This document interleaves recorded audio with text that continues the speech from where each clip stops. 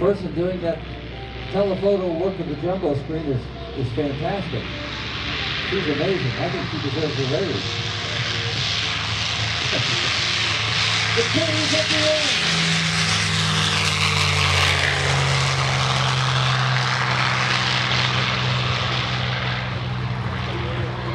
You want it, Luke? You got it, brother. Well, ladies and gentlemen, a nice round of applause, if you will, for the voice of the flying circus, Mr. Chris Edwards.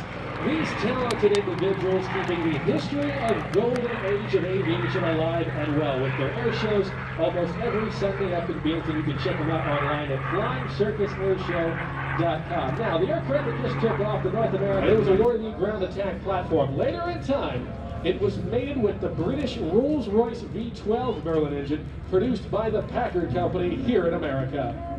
R.T. Dickson at the controls of the P-51 today, nicknamed Swamp Fox, and we'll tell you why it's named that aircraft as he dives in from high and to our right. As it were, the noise of thunder.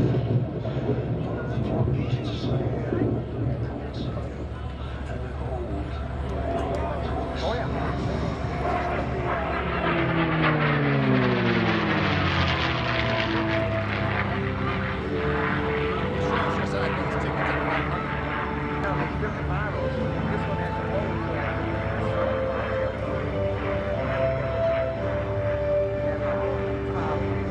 Up and over the top, the music of the Mustang.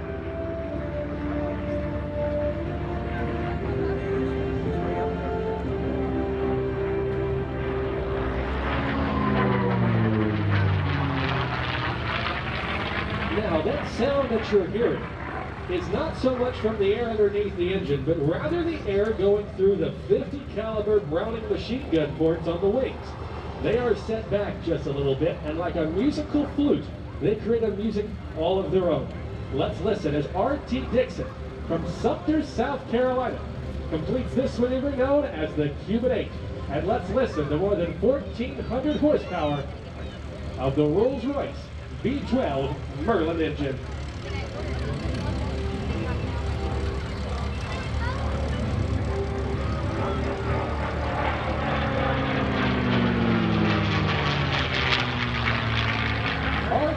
Performing what is called the Cuban 8. The origins of this maneuver go all the way back to 1936 at the Miami Air Races. At the time, there was an American pilot named Lynn Hovey. He was training the Cuban Air Force pilot, but he was performing a display at the Miami Air Races, and he pulled up into a loop and realized at the top of the loop it was too low to pull out of it. So what he decided to do was perform a 5/8 loop, roll 180 degrees, just as RT has, and go into it again. The Cubans, they were amazed. They had never seen the maneuver before, and they asked him what the maneuver was called. He replied 2 words in Spanish, Ocho Cubano, or Cuban 8, and the name has stuck for more than 80 years. How about a nice round of applause for R.T. Dickson and the Cuban 8. This airplane was delivered to the 345th Fighter Squadron in Bakersfield, California, and flew in a variety of active duty and guard units, eventually ending up in Louisville, Kentucky as part of the Kentucky Air National Guard. On many occasions, when aircraft returned back to their airfields while fighting in Europe, they would perform what is called a victory roll. And this would signify to the ground crews and the maintenance teams on the ground for a successful mission. Let's watch now from our left as R.T. Dickson approaches for the Mustang victory roll.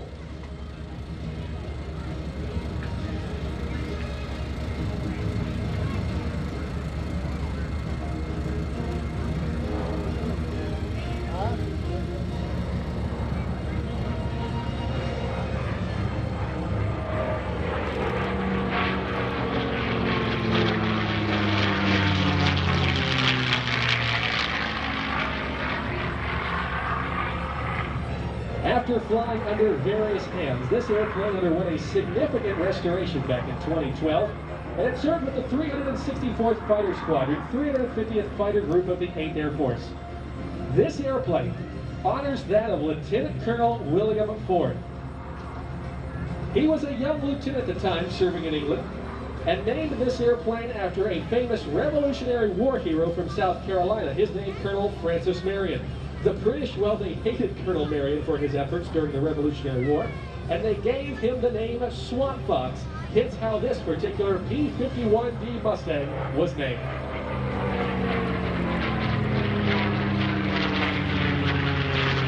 Going through the 4-point hesitation roll, stopping each 90-degree angle of bend throughout the full 360-degree maneuver.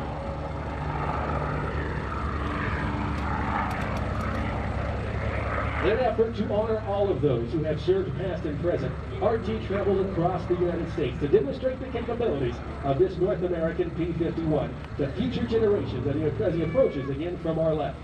Now, without music nor narration, I'm going to let you listen to the sounds of this beautiful P-51D model Mustang and its V12 Rolls-Royce Packard-built Merlin engine.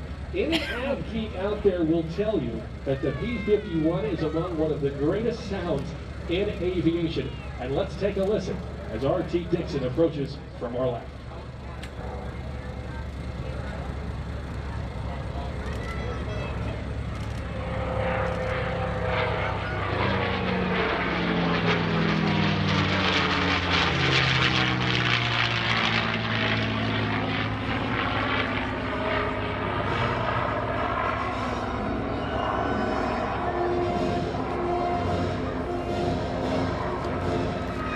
The North American prototype, dubbed NA-73, first flew in October of 1940, and among the various versions of the Mustang that was produced, 8 models were made, with the one you see today, the D model, with its distinctive bubble canopy. Of the 15,000 P-51s produced, only 100 remain airworthy, each going around for about $2 million a copy.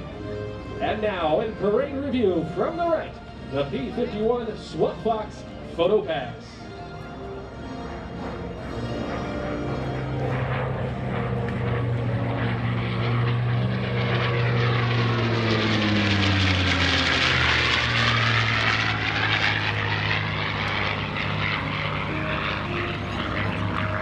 We do not fly these airplanes to glorify war, but we do it to remember the sacrifices made by so many and to tell the stories of our veterans. In this great salute, I hope you will join me in a round of applause to all the veterans in attendance here today at the 2019 Culpeper Air Fest. We salute you.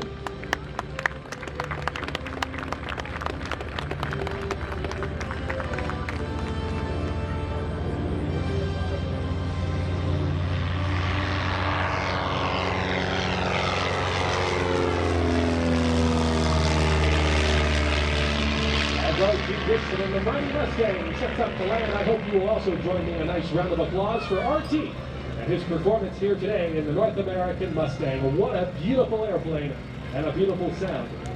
Vintage of World War II.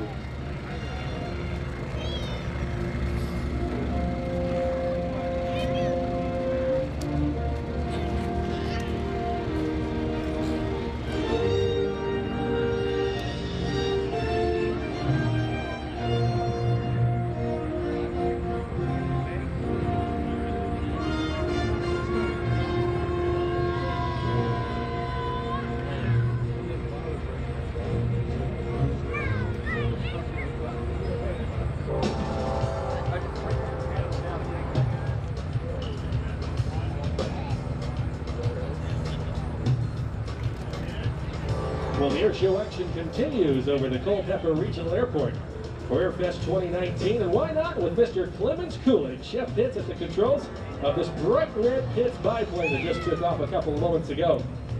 This gentleman comes to us from all the way from Stuart, Florida, and he calls the airplane Chef Pitts. And if you get a close look at his biplane on the ground, you'll even see a mustache painted on, something of a moniker of any good chef. He is going to demonstrate to us a sequence of power aerobatics. An airplane that got its start back during the 1940s. Designed and built I love that neck by late Curtis Pitts, Clemens airplane is one of a kind, and it is